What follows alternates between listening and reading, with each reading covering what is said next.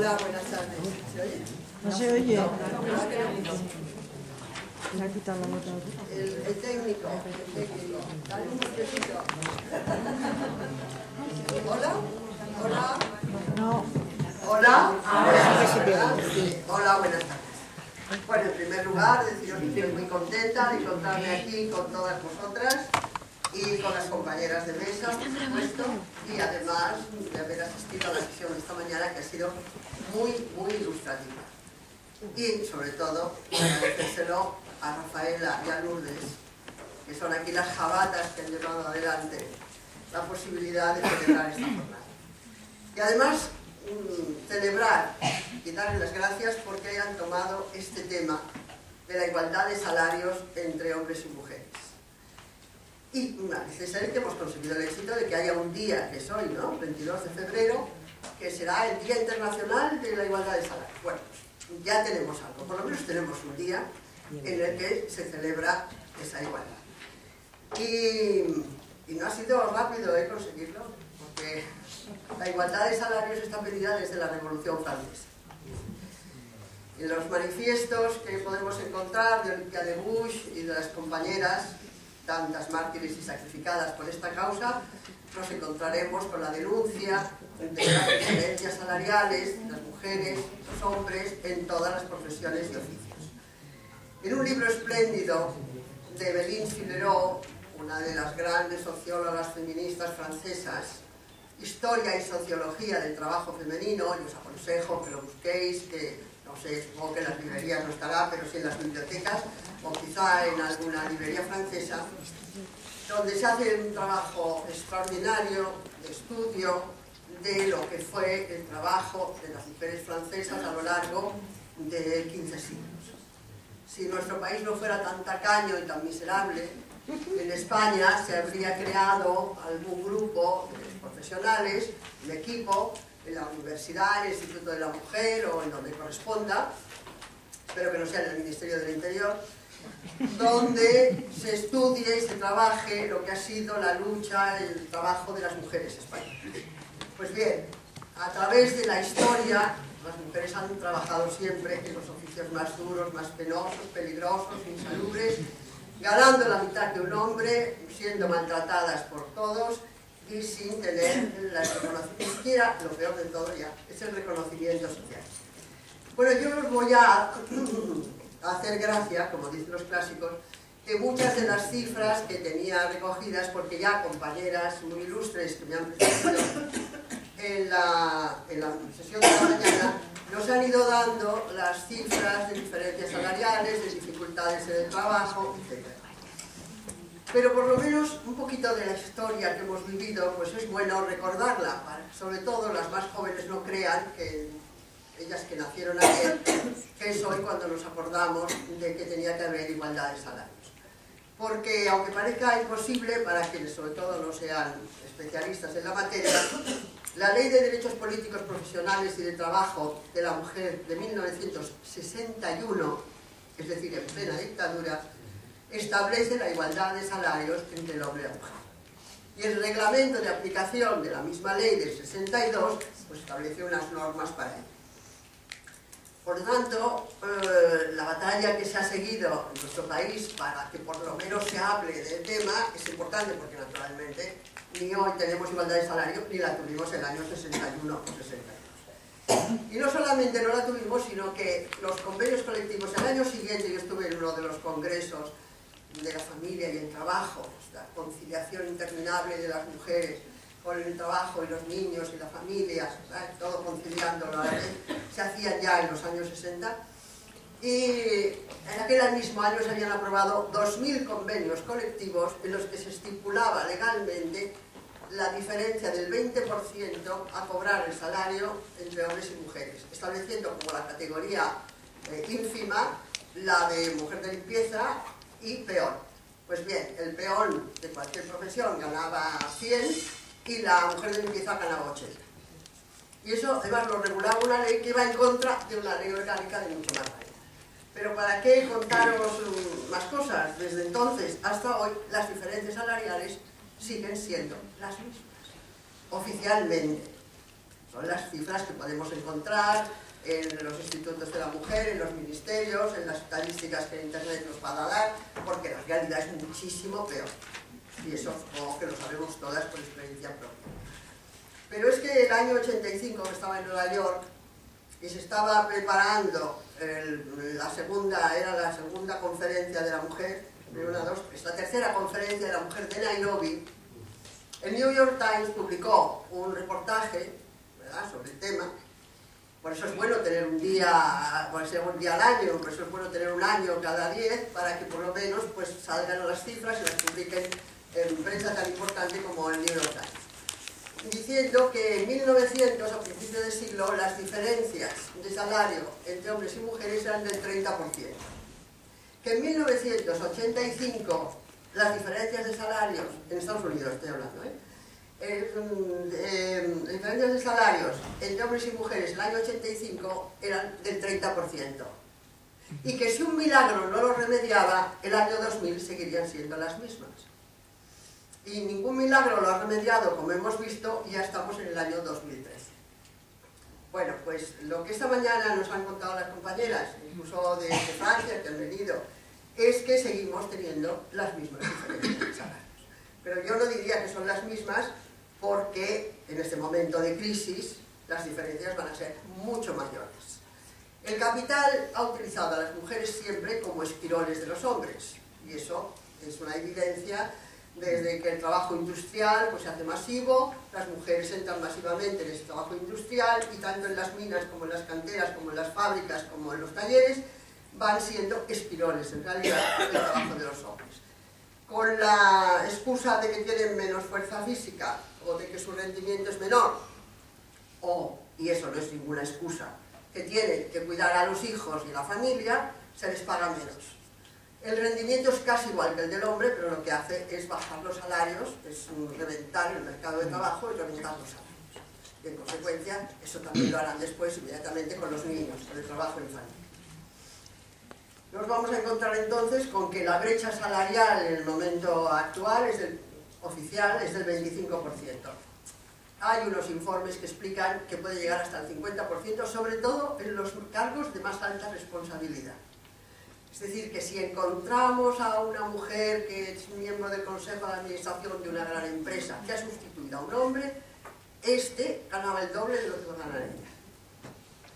Y esto yo, de momento, no le veo ninguna solución.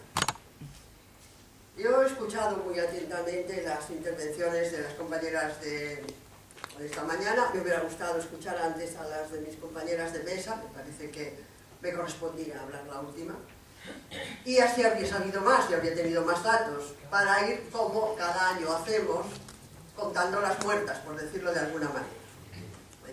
Claro, ahora nos reunimos hoy, que es el 22 de febrero, y el año que viene nos volveremos a reunir, espero, y volveremos a contar lo mismo. Porque, como decía Graça Machel, la segunda mujer de Nelson Mandela, y lo dijo en la reunión de Beijing, las feministas no debemos hablar el lenguaje de la ONU. Tendríamos que tener un único compromiso, que es con la verdad. La verdad es que las mujeres están condenadas a ganar menos que los hombres, hagamos lo que hagamos, pongamos los proyectos que queráis, las leyes que se os ocurran, porque están primero destinadas a reproducir a la especie, a cuidar a los niños y a hacer el trabajo doméstico. Y esto el capital no lo ha eliminado, ni lo va a eliminar naturalmente. Sobre el trabajo, la producción del trabajo doméstico se basa la producción capitalista. El capitalista le paga al empleador, al empleado, le paga la mitad de su sueldo porque cuenta con el trabajo gratis de su mujer. Si a este empleado le tuviera que pagar la elaboración de la comida, le paga los materiales de la comida, las verduras y la carne, pero no le paga la elaboración de esa comida, ni por supuesto la limpieza de su casa, ni que le laven la ropa, ni la reproducción de la fuerza de trabajo que necesita el capital. Entonces las mujeres hacen todo ese trabajo gratis, y además sin reconocimiento. En otro libro magnífico de Marilyn Warren, una feminista neozelandesa, Si las mujeres contaran, que lo traducimos desde Vindicación Feminista al castellano, explica explicarlo, que es evidente también, parece mentira que yo no estás explicando siempre lo evidente, ¿no? Y es que en la cuenta del Producto Interior Bruto no entra nunca la riqueza que produce el trabajo doméstico.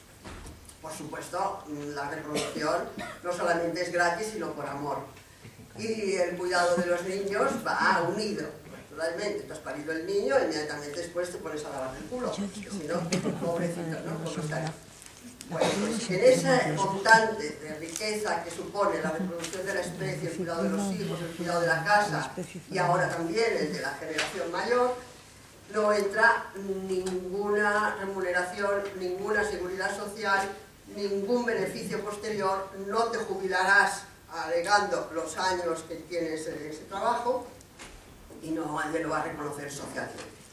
Lo que van a hacer es, y las mujeres lo aceptan, incluirte en el trabajo asalariado con menos salario que el del hombre que está haciendo esa misma labor.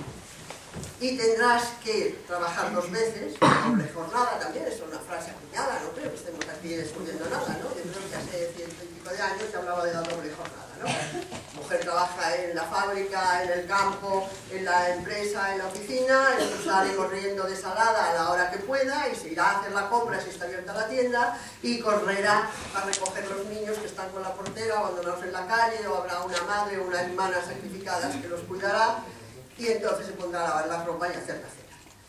Pues este es el plan. Y lo que quiero deciros, porque los datos, las cifras, seguro que con mucha más precisión mis compañeras, que además están todos los días trabajando, nos los van a decir, pero que el plan, es importante que lo sepan, el plan del capitalismo es mantener este estado de cosas así y peor. Y peor, supongo que para nadie tampoco será un misterio que en este momento el capitalismo se ha hecho con el poder absoluto en el planeta, que por lo tanto puede explotar a los trabajadores hasta la última gota de sangre, que los transporta como ganado, el tráfico de personas es uno de los grandes negocios del mundo, que los tiene arrinconados en las cunetas y así puede rebajar los salarios hasta el último céntimo. Pronto trabajaremos solo por la comida. Y la nueva reforma laboral, la última reforma laboral legal en España nos lo acaba de decir. Pues bien, más explotadas que los trabajadores y que los negros y que los emigrantes y que los gitanos son las mujeres, las negras, las inmigrantes y las gitanas. Porque a ellas les está destinado este plan que os estoy diciendo. Claro, haré esta mañana además, con motivo de una intervención que me ha resultado muy curiosa, de Lourdes, me resulta muy irritante desde hace bastante tiempo este plan de conciliar la vida laboral y la vida familiar. Porque de lo que se da por supuesto es que trabajar tenemos que trabajar, que remedio, sea lo que sea, pero luego, inevitablemente, tenemos que ir corriendo a casa a cuidar a los niños. Nuestra compañera francesa de esta mediodía, a la que le he preguntado qué proporción de mujeres había trabajando en la administración pública, en los servicios públicos, que ha dado una cifra muy alta, el 65% me parece que me ha dicho, ha hablado de las ayudas económicas que el Estado francés ofrece a las mujeres para que puedan soportar con menor sufrimiento el trabajo doméstico, el cuidado de los hijos y el trabajo salarial. Con eso se ha conseguido que la natalidad en Francia sea un poco mayor que la española. Sí. Porque, aunque las mujeres españolas de momento parecen muy pasivas, lo que sí han llevado adelante con muchísimo éxito es la huelga de nacimiento. Hemos llegado a encontrarnos con la cifra de natalidad más baja del mundo. En 1975, las mujeres españolas tenían una natalidad venezolana, con una media de 5 a 6 mujeres por mujer adulta, 5 a 6 niños por mujer adulta. Mientras que ahora estamos en 1.3 y las 2 últimas décimas se han subido en los 2 años por las inmigrantes. Pero claro, estas pobrecitas ya están aprendiendo que se puede tomar la píldora y que se puede exigir que utilicen preservativos el marido que tienen en casa y que hasta pueden llegar a alcanzar el aborto y por lo tanto ya está bajando la tasa de natalidad. Bueno, esto evidentemente para el mantenimiento de un país es una catástrofe. Dentro de 50 años la población de España se habrá rebajado en una proporción enorme. Algunos demógrafos lo van diciendo, pero a los políticos no les importa nada. La prueba es que las ayudas sociales a las madres españolas son mínimas, por no decir nulas. Pero es que además yo no creo, Lourdes, que la alternativa a estar en un trabajo penoso, peligroso, insalubre, como recoger basuras o como estar en la mina, sea ir a casa a cuidar niños. La alternativa para esas mujeres tiene que ser el trabajo feminista. Porque si nosotras no hacemos la revolución, desde luego no la van a hacer. De momento no la van a hacer los hombres. Y los que la hagan no la harán en favor nuestro. Volverán a montarse en el poder y volveremos a seguir fregando en casa. Y eso me parece imprescindible que se repita en estos foros feministas.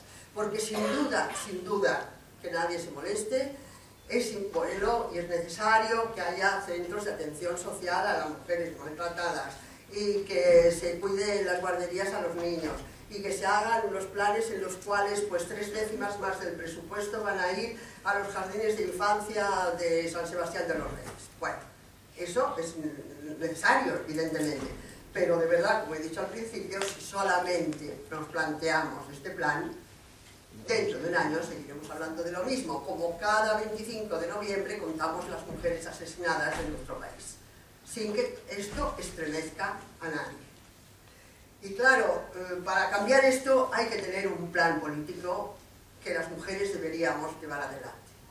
Yo solamente creo ahora en los partidos feministas, que realmente deberían tener más fuerza, tener más militancia y tener más presencia política de la que tienen, porque todo el espacio político se lo han comido los partidos habituales, dirigidos por una cúpula masculina, que considera importantísimo, como están los presupuestos de este año, que paguemos 23.000 millones de euros por la compra de armas, que además debe ese ministerio de la compra de armas del gobierno anterior, y que por lo visto teníamos que comprar unos aviones o unos tanques o unos cañones que nos eran muy necesarios. Mientras las guarderías infantiles no existen y las ayudas sociales pues están.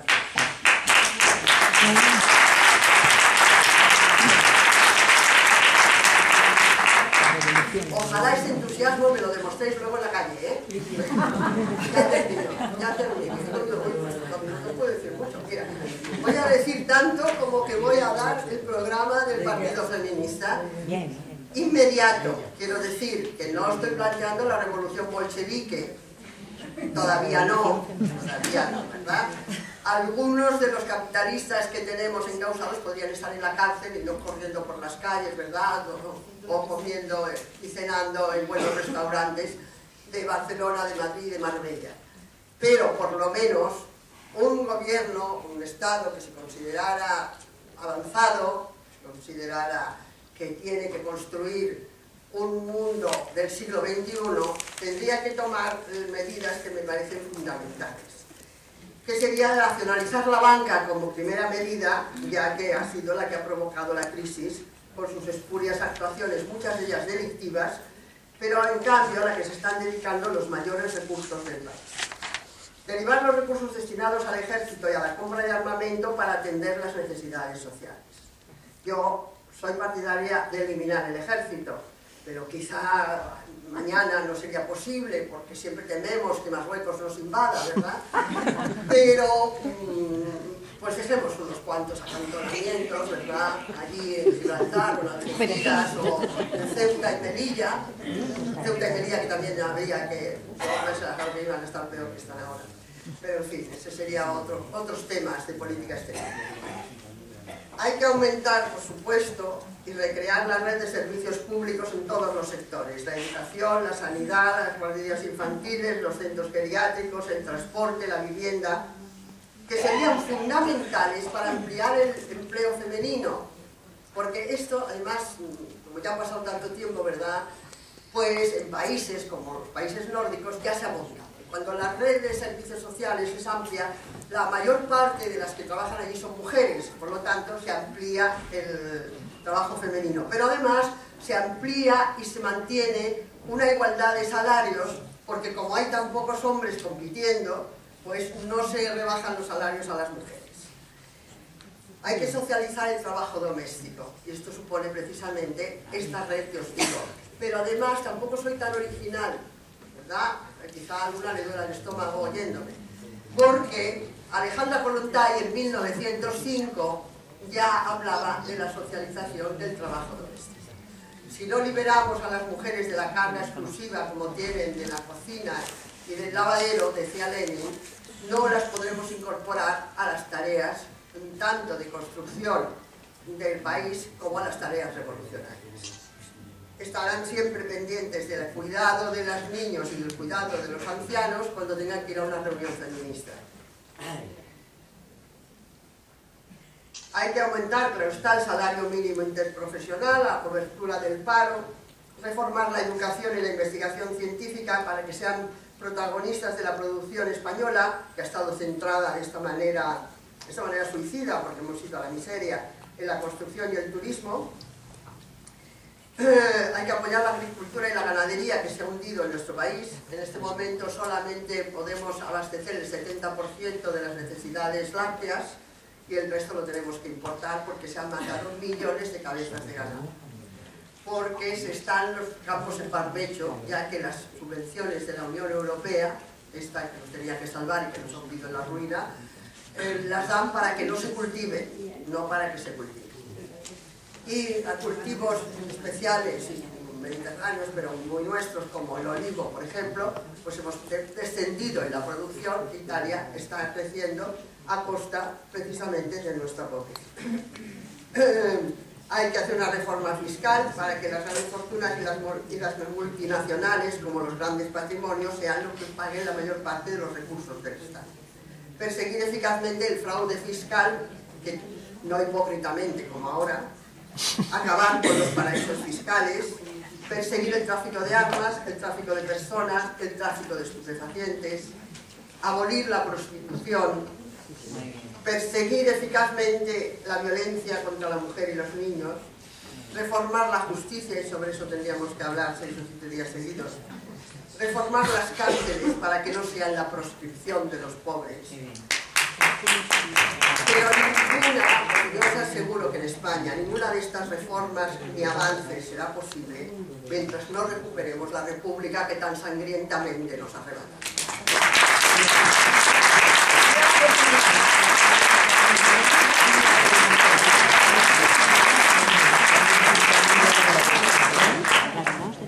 Muchísimas gracias.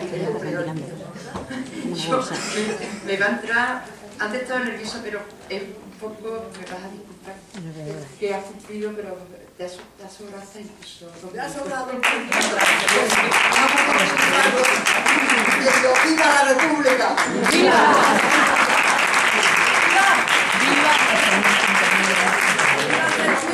Como